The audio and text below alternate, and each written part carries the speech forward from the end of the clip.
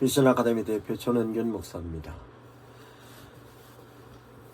기독교는 하나님의 메시지로 하나님께 주신 은혜를 경험하고 그에 따른 반응을 하는 것이 믿음으로써 신앙적인 고백을 하는 것입니다. 그러면 실제적으로 믿음에 대한 내용은 무엇이냐? 기독교 신앙의 실천에 관련된 내용으로서 제시하는 것입니다. 그러면 기독교 신앙의 실천 요소는 신앙의 고백을 일상생활 속에서 실천으로 옮기는 중요한 행위입니다.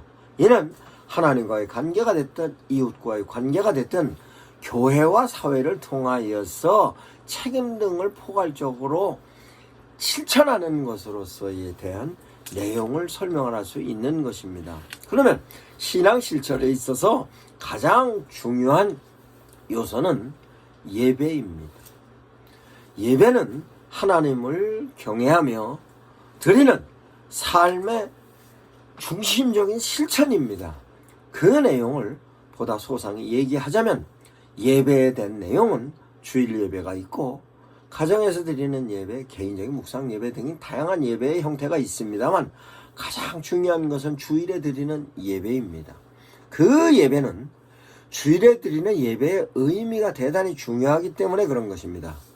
많은 분들이 예배에 대한 개념을 이해하는데 제사와 함께 이해하는 경향성을 띠고 있습니다. 그러면 실제적으로 예배와 제사는 다릅니다. 그 다름에 대하여 설명을 하자면 제사는 내가 갖고 있는 죄성에 대한 해결책으로의 의식입니다. 그러면 구약 성경에 있어서의 설명되었던 제사의 개념을 이해하자면 내가 갖고 있는 자범죄가 됐든 아니면 내가 품고 있는 아담으로부터의 갖고 있는 원죄가 됐든 이 죄에 대한 내용을 제물에게 내 죄를 전가하여 제사장들이 그 제사의 제물을 하나님께 드리는 의식으로서 내 죄가 소멸되었다는 것에 대한 선포가 제사입니다. 그러면 예배는 무엇이냐? 예배는 내가 죄가 있는 나에서 죄가 소멸된 내가 어떻게 살아가는 삶에 대하여 시작하는 시점이 예배로 시작하는 것입니다. 즉 우리 인간들이 지은 죄, 성도들의 죄는 자범죄가 됐든 원죄가 됐든 그 죄에 대한 모든 내용을 제물이 바로 어떤 제물로서가 아니라 예수 그리스도께서 우리의 모든 죄를 품고 제물이 되셔서 십자가에 달려 돌아가신 것입니다. 그러면 우리들의 제사는 예수 그리스도가 제물로서 십자가에 달려 돌아가심으로 제사는 끝이 난 겁니다. 그러면 우리는 주님을 향하여 빚진 나의 모습으로 내 죄를 다 주님께서 지신 나로 내 죄에 관련된 부분으로 주님께서 지셨는데 그 주님께서 3일 만에 부활하신 것입니다. 그러므로 내 죄를 지고 가셨지만 3일 만에 부활하셨기 때문에 나는 이제 주님께서 지신 죄로 인하여 죄가 없다 뿐만 아니라 주님께서 부활하셨기 때문에 나도 새로 거듭난 내가 되고 거듭난 내가 이제 어떻게 살아야 하는가에 대한 내용이 주님께서 거듭난 나에게 이제는 죄가 없는 나에게 죄 없는 너로서 거듭난 너로서 어떻게 살아가야 된다 하는 것으로 예수님께서 금요일날 돌아가셨고 주일날 부활하셔서 부활하신 그분께서 우리에게 이제는 거듭난 너희가 어떻게 살아야 된다고 지침을 주시는 그 귀한 말씀이 그 말씀이 우리에게 주시는 메시지이며 그 메시지를 수용해서 삶의 제사를 찾기 시작하는 것이 예배이며 예배의 의미는 메시지를 사모하면서 받고 수용하는 데 대한 내용이 예배의 본질인 것입니다. 그러므로 제사는 의식이 중요하지만 예배는 메시지가 중요한 것입니다. 그 메시지를 내가 어떻게 받아들이고 받아들인 내가 어떻게 살아야 하는가에 대한 내용이 바로 하나님을 경외하며 삶의 중심이 하나님을 경외하고 하나님의 뜻을 순종하는 삶의 자세로 살아가는 데 된 내용이 기점이 바로 주일 예배인 것입니다. 그 내용을 가정에서 예배드리면서 이제는 가정은 어떻게 실천하고 가야 되는가, 뿐만 아니라 개별적으로 하나님의 말씀을 받았으면 그 말씀을 내가 지속적으로 가슴에 새기면서 삶의 자세를 어떻게 이어가는가에 대한 내용이 예배의 본질이 되는 것입니다. 두 번째는 기도입니다. 기도는 하나님과의 인격적인 교제를 하는 수단입니다. 그러면 그 수단은 내용으로서는 하나님께 감사를 드릴 수도 있고, 내가 회개를 할 수도 있고, 간구할 수도 있고, 남을 위한 중보기도도 할 수 있습니다. 그러면 감사에 대한 기도는 어떤 것이냐? 실제적으로 데살로니가전서 5장은 범사에 감사하고 쉬지 말고 기도를 하라 합니다. 그러면 범사에 감사에 대한 내용은 기도의 본질로서 하나님을 향하여서 끊임없이 감사에 대한 내용이 하나님이 주신 은혜에 대하여 감사 표시를 내가 하는 것이고, 그 내용을 기도의 행위로서 할 수 있고 일상적인 생활 가운데서 감사도 할 수 있습니다. 그러나 회개는 하나님을 향하여서 반드시 회개에 대한 기도의 열매가 있어야 되는 것으로서, 회개는 단순하게 하나님께 잘못했습니다 아뢰는 것뿐만 아니라, 회개는 내가 지금까지 삶의 자세를 돌이켜서 전에 지었던 죄를 내가 짓지 않고 이제는 바로 살아가는 모습이 바로 회개로서의 기도의 완성입니다. 그러면 간구의 기도는 뭔가? 실제적으로 내가 필요한 데 된 내용은 하나님께 간구합니다. 내가 갖고 있는 문제를 해결한 부분은 하나님께 간구하고, 그 간구하는 데 된 내용은 하나님께로부터 받는 것입니다. 그럼 간구로서 하나님께 받는 데 대한 내용은 무엇인가? 인간들은 삶에 살아가는 데 대하여서 여러 가지 필요한 부분이 있습니다.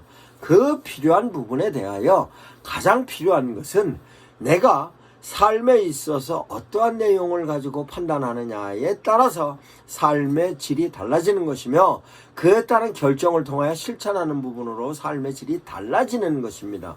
그러면 실제적으로 현재 내가 갖고 있는 삶의 내용은 필요한 부분도 많이 있을 뿐만 아니라 그 필요한 부분을 해결책을 찾아 갖고 가는 것이 모든 인간들이 갖고 있는 필요성에 관련된 내용입니다. 그러면 그 부분에 있어서 많은 사람들이 간구를 통하여서 환경이 바뀌든, 간구를 통하여서 내가 필요로 한 데 된 내용을 하나님께서 초자연적으로 베풀어 주시든, 아니면 관계성에 있어서의 기도를 통해서 상대방이 나를 향한 내용이 변화가 되는 모습이든, 이러한 모습을 간구하는 데 대한 내용이 현재 많은 기도의 부분으로 차지하고 있습니다.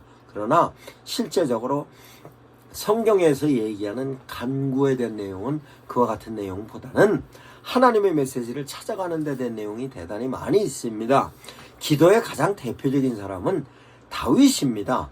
다윗의 기도를 보면 실제적으로 다윗은 환경을 바꿔달라, 나하고 관계성에 있어서 그 사람들에 관련된 것으로 원수로 하나님께서 그네들을 향하여서 처리해달라고 기도를 합니다만, 기도의 마무리는 항상 하나님께 감사함으로 하나님께 기도의 마무리를 짓는 것을 봅니다. 그 내용은 환경도 그대로였습니다. 상대방도 변하지 않고 그대로였습니다. 그러나 스스로가 하나님으로부터 받은 은혜의 메시지를 통해서 그 문제를 어떻게 해결할 건가에 대한 답을 얻어서 그 답을 통하여서 문제를 해결하는 것을 봅니다. 이와 같은 부분은 우리가 많이 배워야 하는 기도의 내용인 것입니다. 우리는 문제를 놓고 하나님께 기도하면 그 하나님의 메시지는 성경 말씀을 통하여서 그 문제를 해결할 수 있는 나에게 하나님의 말씀이 임해오는 것이고, 그 임해오는 그 하나님의 말씀이 생각났을 때 생각났던 데 대하여서 어떻게 실천을 하는가에 대한 내용이 의지가 약한 부분까지도 나에게 의지가 강한 의지로 바꿔줘서 실천을 통해서 그 문제가 해결이 되는 것이 기도의 간구의 모습입니다. 그러면 이 기도의 내용을 통하여서 하나님을 향하여서 문제가 생겼을 때, 주님 이 문제를 어떻게 해결합니까? 라고 하면 하나님께서 해결할 수 있는 성경적인 지식과 지혜를 허락하시고, 그 지혜를 통해서 내가 실천할 때 의지적인 요소도 주님께서 나에게 힘을 주시는 것입니다. 그로 인하여 내가 해결할 수 있는 능력자로 바뀌는 모습이 우리 기독교적인 기도의 간구의 본질적인 모습입니다. 중보기도는 남을 위해서 하는 기도입니다. 남을 위해서 하는 기도는 실제적으로 복음서에 있어서 중보 기도적인 샘플링이 있습니다. 그러면 어떠냐? 성전 미문에 일단 안진뱅이가 일어나는 게 안진뱅이의 믿음 갖고 일어나는 것이 아니고 베드로와 요한의 믿음을 통하여서 일어났을 뿐만 아니라 지붕을 뚫고 내려온 중풍병자를 향하여서 주님께서 말씀하십니다. 저들의 믿음을 보고 고쳐줬다고 얘기를 합니다. 이와 같은 데 된 내용을 보면 중보기도의 본질이 비록 그 대상자가 믿음이 없다 할지라도 함께 기도하는 사람의 믿음을 통하여서 대상자의 문제가 해결되는 데 된 내용이 샘플로서 성경에 기록되어 있는 것입니다. 이 내용은 개별적인 기도가 됐든 공동기도가 됐든 여러 가지 부분에 있어서 이 기도의 내용을 적용해 볼 수 있을 만한 내용입니다. 뿐만 아니라 말씀 묵상과 실천에 대한 내용이 대단히 중요합니다. 말씀 묵상에 대한 내용은 왜 필요하느냐? 실제적으로 내가 살아가는 삶에 있어서의 필요한 내용을 하나님께 간구하고 기도하였을 때 그 기도하는 데 대한 응답이 하나님께서 성경 말씀을 말씀으로 주시는 것입니다. 그러면 성경 말씀을 주실 때 내 성경적인 지식이 전혀 없으면 그 말씀이 나에게 어떻게 적용되는가에 대한 내용을 내가 이해할 수 없으므로 끊임없이 말씀을 통하여서 내가 묵상하는 것이고, 내가 말씀의 묵상이 부족하면 목사님의 설교를 아주 세밀하게 경청하여 들으면 그 말씀이 나에게 각인되고 새겨졌으면 기도할 때 그 말씀이 생각나는 것으로서 그 말씀이 생각날 때 생각났다는 말씀을 내가 실천하는 것입니다.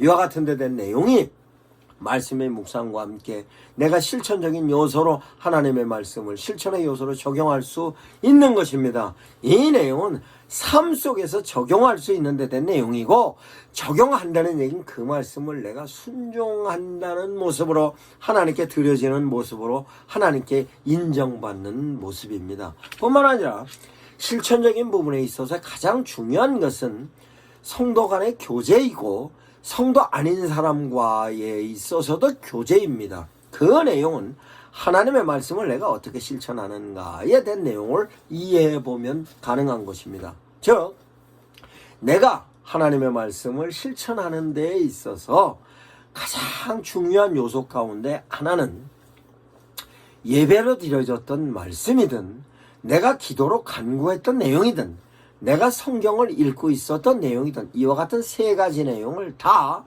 네 번째는 교제를 통하여서 표출되는 것입니다. 그러면 교제를 통하여 표출되는 데 대한 내용은 뭐냐?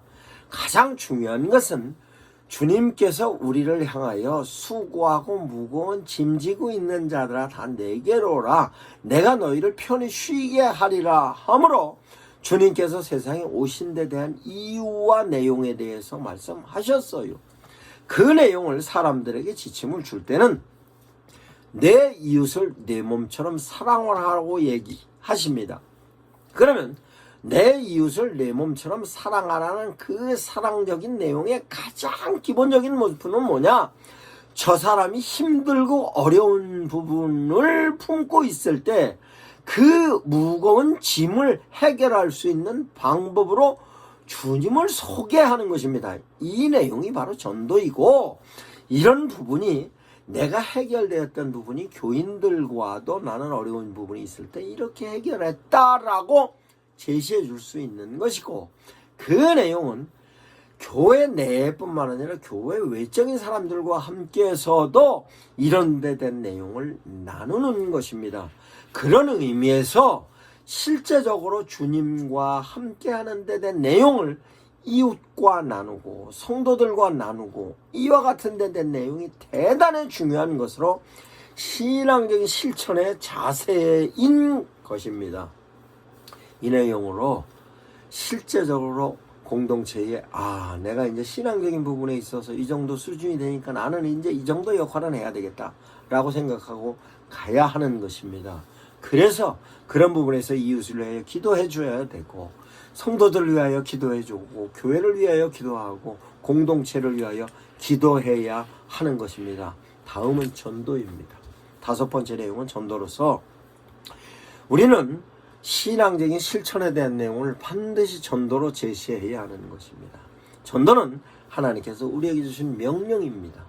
그 명령을 내가 실천함에 있어서 실제적으로 많은 부분들이 전도에 관련된 접근을 할 때 실제적으로 안타까운 요소가 대단히 많이 있습니다.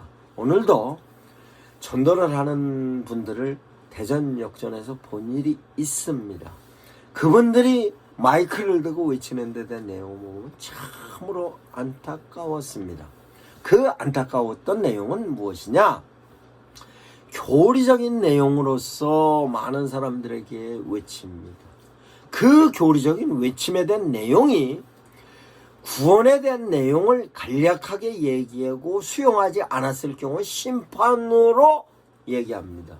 그 내용은 예수 그리스도께서 세상에 오셔서 사역을 펼쳐진 데 대한 내용은, 마지막에 대한 내용은 심판이지, 예수 그리스도는 죄인을 구하러 오셨고 죄인으로서의 그네들은 예수 그리스도의 복음적인 내용이 필요한 것입니다. 즉 수고하고 무거운 짐 지고 있는 사람들이 예수를 모르는 사람이라 할지라도 예수님을 알기 시작하고 그분을 통하여서 내 짐을 덜어낼 수 있는 데 대한 내용을 예수님께서 말씀을 하셨을 뿐만 아니라 그 내용을 너희들이 가서 네 이웃에게 그 내용을 전하라 하는 것이 예수 그리스도께서 제자들에게 하셨던 말씀뿐만 아니라 끊임없이 많은 사람들에게 제시하였던 내용입니다. 그래서 예수 그리스도께 왔던 사람들은 그리스도를 모르고 있었던 사람들이 대다수였던데 주님을 만나면서 해결되는 내용이 많이 있습니다. 막달라 마리아도 그랬고 수가성 여인도 그랬을 뿐만 아니라 실제적으로 중풍병자가 됐던 문둥이 됐던 문둥병을 갖고 있는 모든 사람들이 그렇게 됐는데 그 내용이 바로 우리가 말씀으로 전하는 거에 관련된 내용으로서로 하나님에 관련된 놀라운 은총과 은혜의 그 현장에서 실존해 오신 예수님이 바로 그분이시라는 것을 소개하는 것으로 얼마나 힘들고 어렵습니까? 힘들고 어려우면 우리 주님을 만나면 해결할 수 있습니다라고 멘트를 했으면 좋은데 예수 그리스도를 믿지 않으면 심판이 있습니다라고 얘기를 하니 예수 그리스도를 믿어야 되는 이유에 대한 내용이 전혀 설명이 안 되는 겁니다. 그러면 이와 같은 내용으로 얘기를 하자면 심판을 받지 않으려고 예수 믿으라고 얘기를 하면은 실제적으로 심판에 대한 나름대로 절박성을 느끼지 않은 사람 같은 경우는 그 얘기 수용 안 합니다. 그러나 실제로 내 삶이 곤고하고 어렵고 힘들면 예수 그리스도를 통하여서 수고하고 무거운 짐을 덜 수 있습니다라고 얘기하면 그네들이 귀를 기울일 수 있는 데 대한 내용입니다.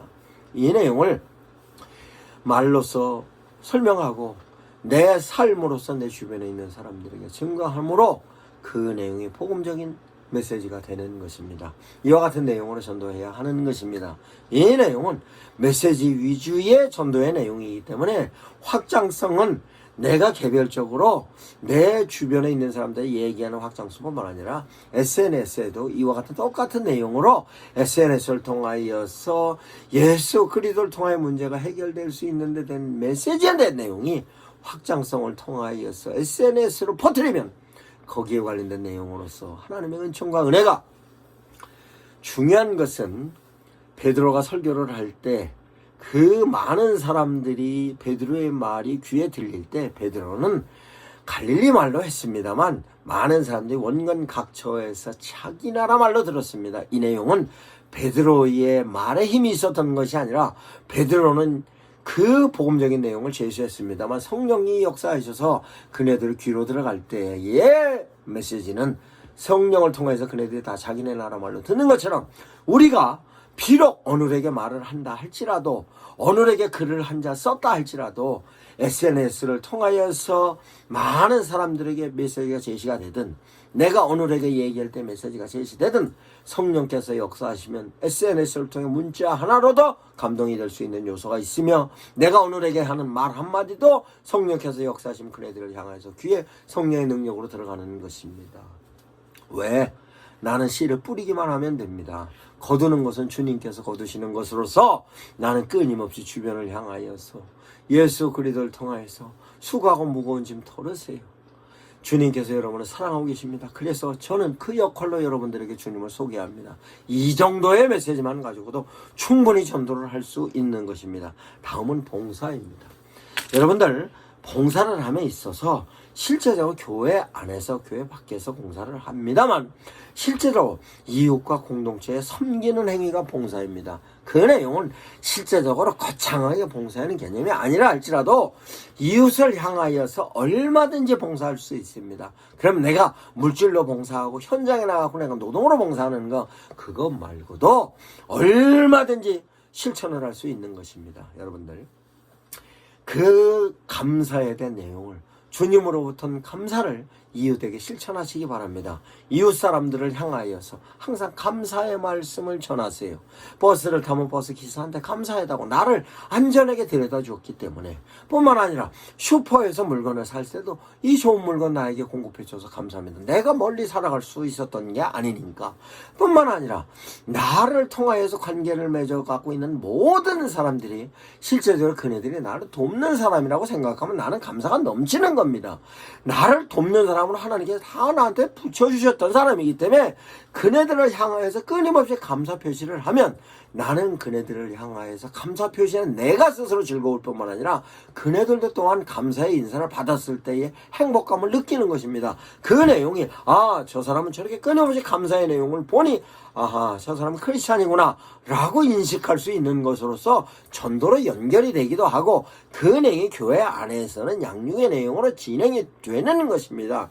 이 내용으로 끊임없이 감사의 표시를 하시기 바랍니다. 뿐만 아니라 감사의 표시에서 내가 즐거우면 얼굴에 즐거운 표정을 짓고 사시기 바랍니다. 예수 믿는 사람들 찡그리고 사는 인상 가지고 절대로 하나님의 영광 안 나타납니다. 끊임없이 이웃을 향해서 웃고 감사의 표시할 뿐만 아니라 그 감사의 표시가 말로 뿐만 아니라 내가 필요한 것은 함께 공동체적인 의식으로 나눌 수 있는 것입니다. 우리 한국 사람의 전통 가운데 가장 좋은 전통은 음식도 나눕니다. 이웃과의 교제도 합니다.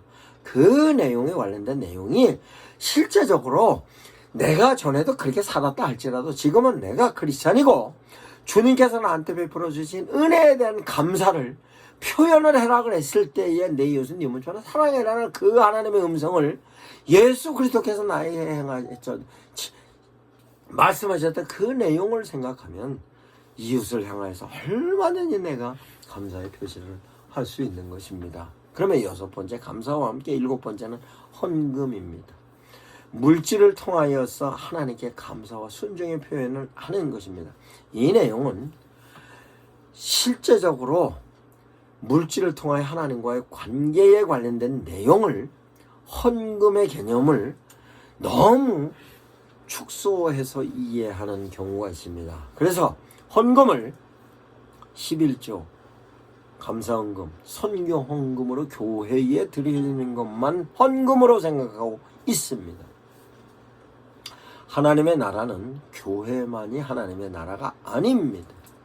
하나님의 나라는 대한민국이 다 하나님의 나라이고 예수 그리스도를 믿지 않는 사람들도 예수 그리스도를 믿을 수 있는 여건으로 하나님께서 환경을 펼쳐놓으셨을 뿐만 아니라 그 내용을 먼저 예수 그리스도를 믿었던 사람들이 전도를 통해서 그네들에게 예수 그리스도의 복음적인 내용이 확장이 돼서 그네들도 똑같이 하나님의 자녀로서 하늘나라의 하나님의 나라로 함께 가는 것으로서 하나님께서 원하시는 것입니다. 그러면 내가 드려지는 헌금이 그네들을 향하여서 쓰여지고 있으면 그것도 헌금인 것입니다. 그 헌금이 교회에서 직접적으로 교회에서 쓰여지는 데 된 내용도 헌금의 용도입니다만 그러면 교회에서 헌금을 통하여서 교회 살림살이도 진행하고 어려운 사람들을 구제도 할 뿐만 아니라 그 헌금을 통하여서 실제적으로 여러 부분에서 프로그램을 진행하고 있습니다.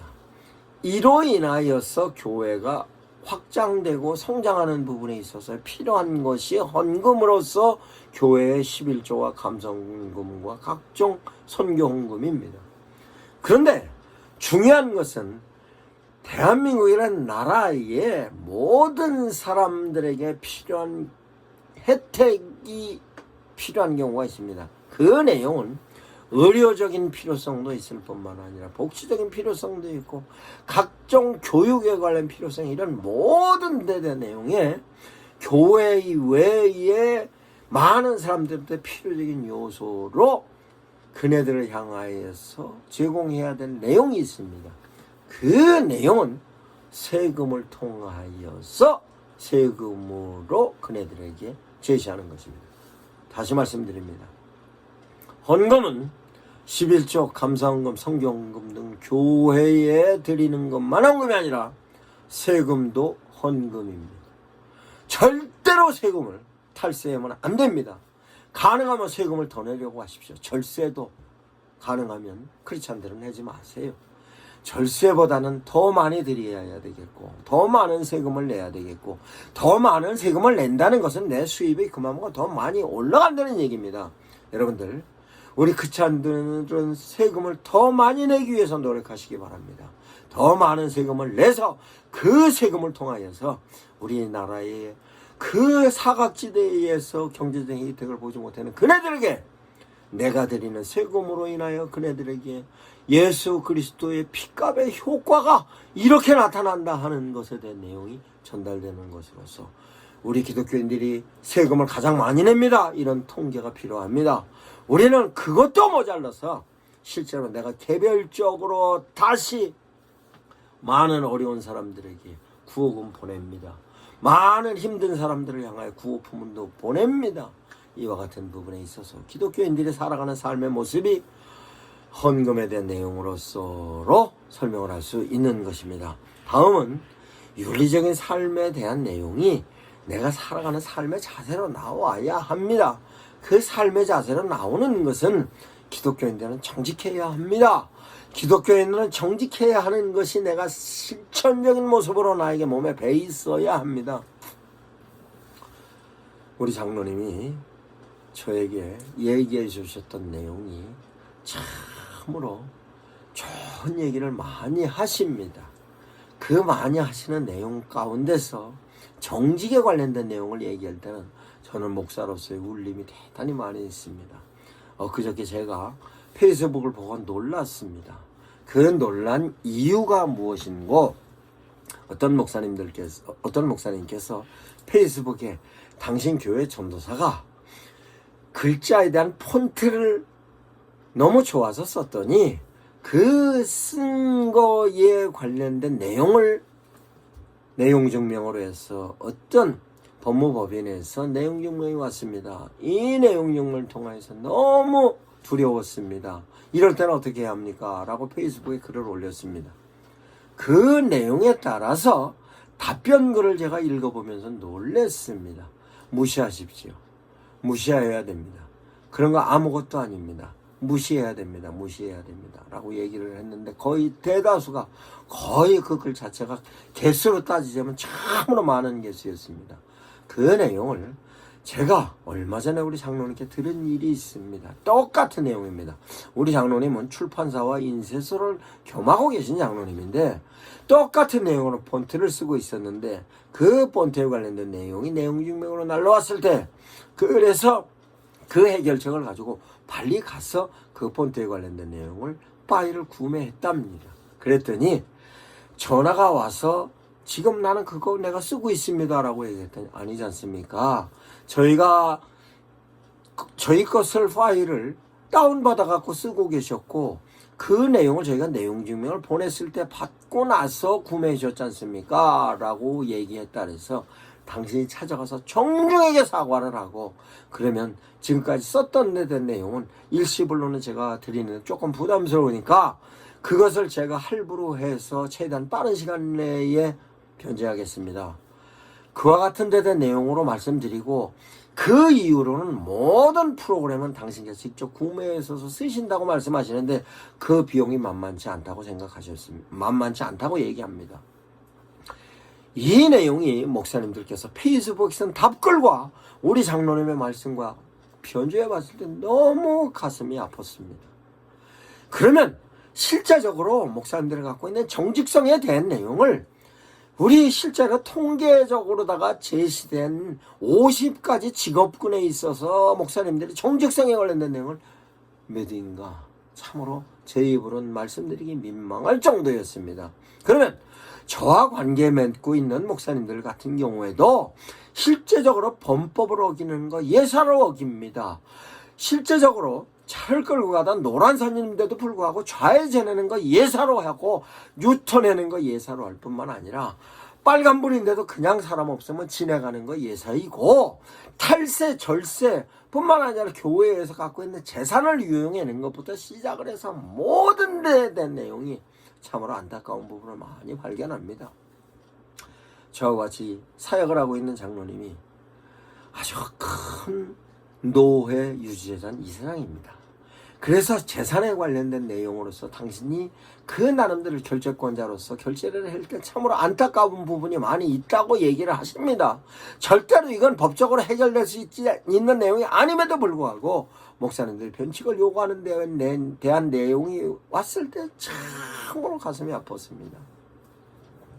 뿐만 아니라 목사님들이 기관에서 일하는 간사들 내지는 그 기관의 종사원들이 목사님들로부터 받은 상처를 얘기할 때는 참으로 너무나 안타까운 거 많이 있습니다. 저를 알고 계시는 어떤 권사님의 얘기입니다. 개척교회 목사님이 외상으로 물건을 가져가더니 어느 순간 오셔서 이것을 나름대로 그 얘기는 그 외상으로 갔으면 결제를 해야죠. 이런 부분에 있어서 목사님 이럴 때는 어떡합니까? 반드시 수금해야 됩니다 라고 얘기를 했습니다. 제가 알고 있는 집사님을 향하여서 목사님이 와서 교회에서 시골교회인데 주변 사람들에게 어떤 선물을 주고 싶은데 그 화장품 그냥 줄 수 없습니까? 허물할 수 없습니까? 아닙니다. 그런 건 절대로 맞지 않는 내용이에요. 이런 데 된 내용이 정직성을 목사님들이 회복하지 않으면 한국교회 교인들 다 도망갑니다. 한국교회 교인들뿐만 아니라 많은 사람들이 목사님들을 향하여서 도덕성에 관련된 내용을 지탄하는 게 현재 한국교회 현실입니다. 다른 성결에 관련된 내용도 윤리적인 삶으로 나타나야 합니다. 성결에 관련된 내용으로는 내가 끊임없이 주님을 닮고자 하는 내용입니다. 내가 참을 수 없을 때 기도를 통해서 나는 어떡합니까? 나는 목사이기 때문에 참을 수 있습니다. 나는 하나님의 자녀이기 때문에 참을 수 있습니다. 그와 같은 모습이 내 죄를 대신 지신 주님의 십자가를 바라보면 나는 참을 수 있는 겁니다. 이 모습으로 살아가는 데 대한 내용이 성결이에요. 예수 믿는 사람들은 사랑이 우러나야 넘쳐나야 합니다. 내 사랑이 넘쳐나는 그 모습이 바로 내가 눈물 한 방울 흘리면 그게 예수님의 눈물이고 그 눈물을 바라본 이웃은 바로 예수님을 나를 통하여서 보는 것입니다. 사랑이 넘쳐야 합니다. 용서가 바로 돼야 합니다. 70번씩 7번 용서해라 했는데 그 용서했는데 대한 내용이 내가 용서할 수 없으면 용서할 수 있는 내가 되게 해달라고 기도하면 성령께서 나를 용서할 수 있는 나로 바꿔주시면 용서할 수 있습니다.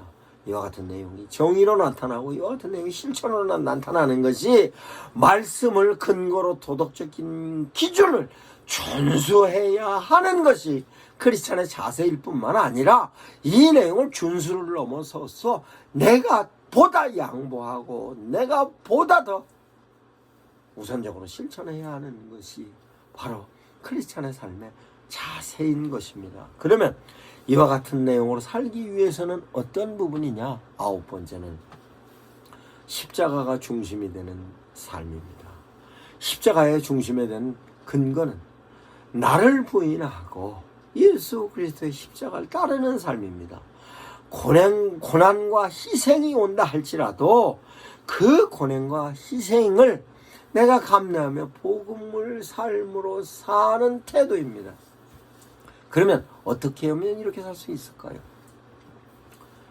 내가 아무리 의인이라 하고 내가 아무리 많은 사람들을 구제하였으며 내가 주님을 위해서 아무리 많은 봉사를 했다 할지라도 내가 남을 위해서 죽지는 않았습니다. 죽어도 그냥 죽는 것이 아니고 십자가에 달려 죽는 것으로서의 나는 흉내도 못 냅니다. 여러분들, 내가 남들 때문에 받은 고통과 남들 때문에 받은 희생이 십자가에 달려 죽는 것만큼에 대한 고통입니까? 그렇지 않습니다. 그러면 남들이 나한테 욕을 할 때 내 얼굴에 침을 뱉으면서 욕을 했습니까? 아니지 않습니까?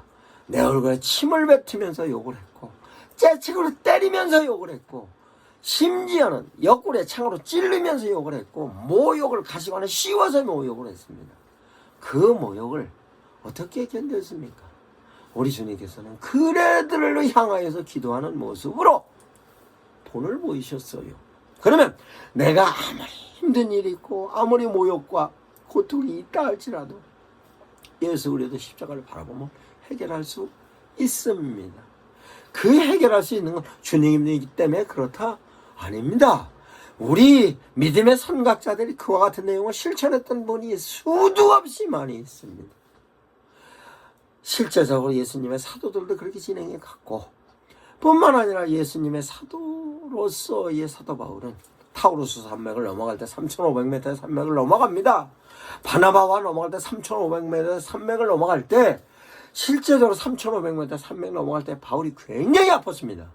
그 3,500 산맥을 넘어가서 그 나름대로 타우루스 산맥을 넘어가서 바울의 사역을 보면 하나님의 말씀을 외치다가 그 외쳤던 그 내용을 통해서 사람들에게 돌팔매질을 받고 죽을 지경되게 고통이 있었을 때 쫓겨나서 버려졌을 때 그 치료를 바울의 제자들이 와서 했습니다.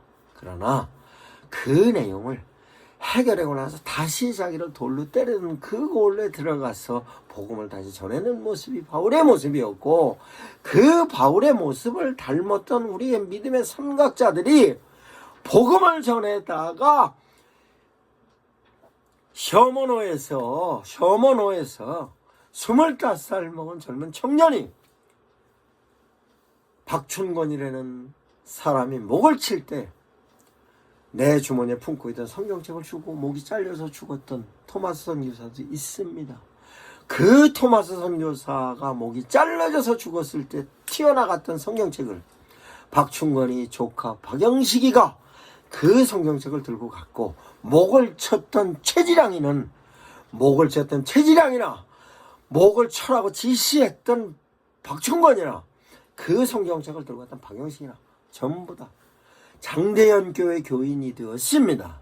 이와 같은 모습이 바로 십자가의 삶을 실천하였던 모습입니다. 이 내용을 그러면 토마스 선교사만 그렇습니까? 즉 우리 목사님들 중에 그러면 어떤 목사님들이 계십니까? 이런 목사님들 수도 없이 많이 계십니다. 이런 목사님들은 우리가 그분들의 모습은 뭘로 이해할 수 있습니까? 십자가에 대한 내용을 알고 있으니까 그 십자가에 대한 내용을 실천하는 모습이었던 거 아닙니까? 이 내용을 목사님들께서도 닮아가야 하지만 성도들도 목사님의 설교가 다소 어눌하다 할지라도 이런 모습을 여러분들 유튜브를 통해서 보든 말씀을 통해서 깨닫든 이런 실천이 반드시 크리스찬들이 실천해야 되는 실천적인 요소로 십자가의 삶을 사는 것입니다. 그러면 십자가 중심의 삶에 대한 내용이 실제적으로 그럼 십자가 삶을 내가 어떻게 살아야 되는가? 나는 살 수가 없습니다. 그러나 성령께서 내 옆에 계시면 내가 그런 삶을 살 수 있습니다. 그럼 다시 여러분들께서 이런 상황과 억울한 상황이 되었던 고통의 상황이 되었던 실제적으로 많은 고난 가운데서 내가 이 부분이 막막하다 할지라도 그럼 내가 이 부분을 어떻게 해결할 건가? 내가 남들에게 받았던 모욕적인 부분은 내가 그럼 어떻게 이걸 갚아야 되는가? 현재 내가 많은 사람들에게 빚을 지고 있어서 이 빚을 어떻게 갚아야 하는가? 뿐만 아니라 그러다 보니 사람들과의 관계성이 깨져서 많은 사람들로부터 지탄의 대상이 될 뿐만 아니라 심지어는 가족들로부터 외면을 당하는 경우도 있습니다. 그런데 이와 같은 데 대하여서 십자가를 지고 내가 스스로 살아가야 됐다는 위로에 대한 내용은 있습니다만 그러면 과연 내가 십자가의 모습을 보고 내가 따라갈 수 있을까 할 때는 말씀이 생각나기도 했습니다만 힘듭니다. 그 힘들 때 그 힘든 부분을 해결하기 위해서 주님께서 내신 십자가를 지셨지만 우리를 향하여서 내가 세상 끝날까지 너희와 같이 있을 거다.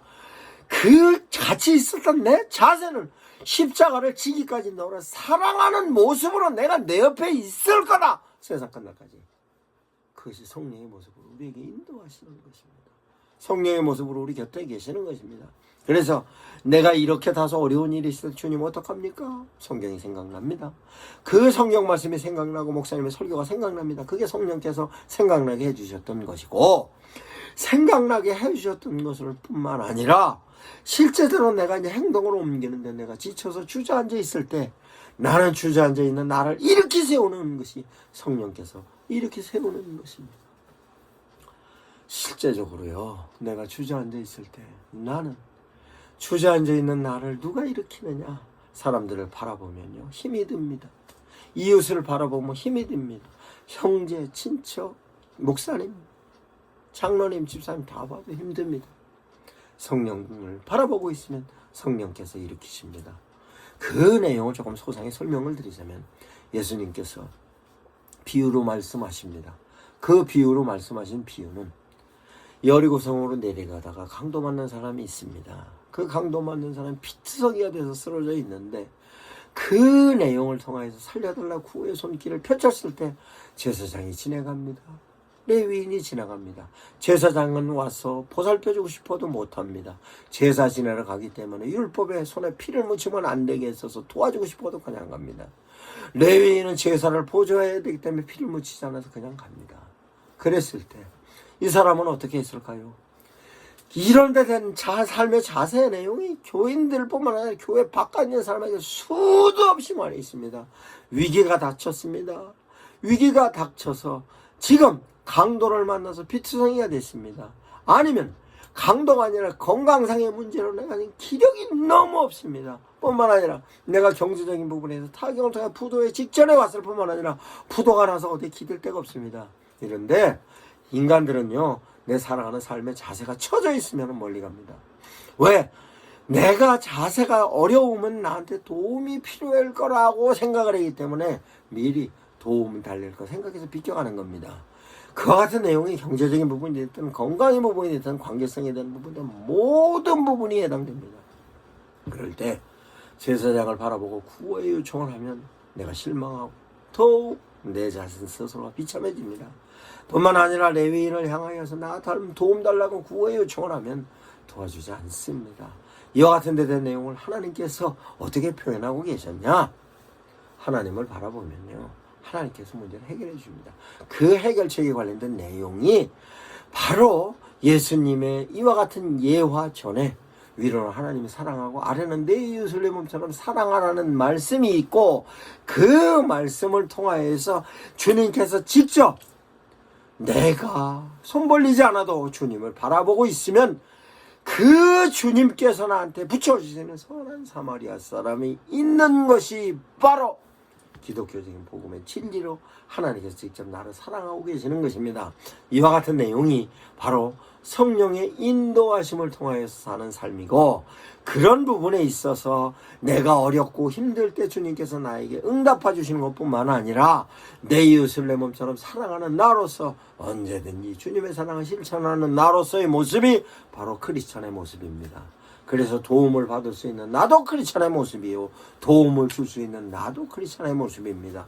이와 같은 모습이 실천신학적인 부분에 있어서 여러분들께서 예배에 관련된 내용이든 기도에 관련된 내용이든 봉사에 관련된 내용이든 헌금에 관련된 내용이든 삶을 실천하는 데 대한 내용이든 모든 내용에 있어서로 그 내용이 실제적으로 십자가를 통한 성령의 인도하심으로 바른 삶을 살 수 있는 데 대한 내용이 바로 크리스천들이 살아가는 삶의 내용입니다. 이 내용을 통해서 신앙적인 승리자로서 주님의 모습이 항상 나에게 펼쳐지는 모습이 되기를 주 예수 그리스도 이름으로 축원합니다.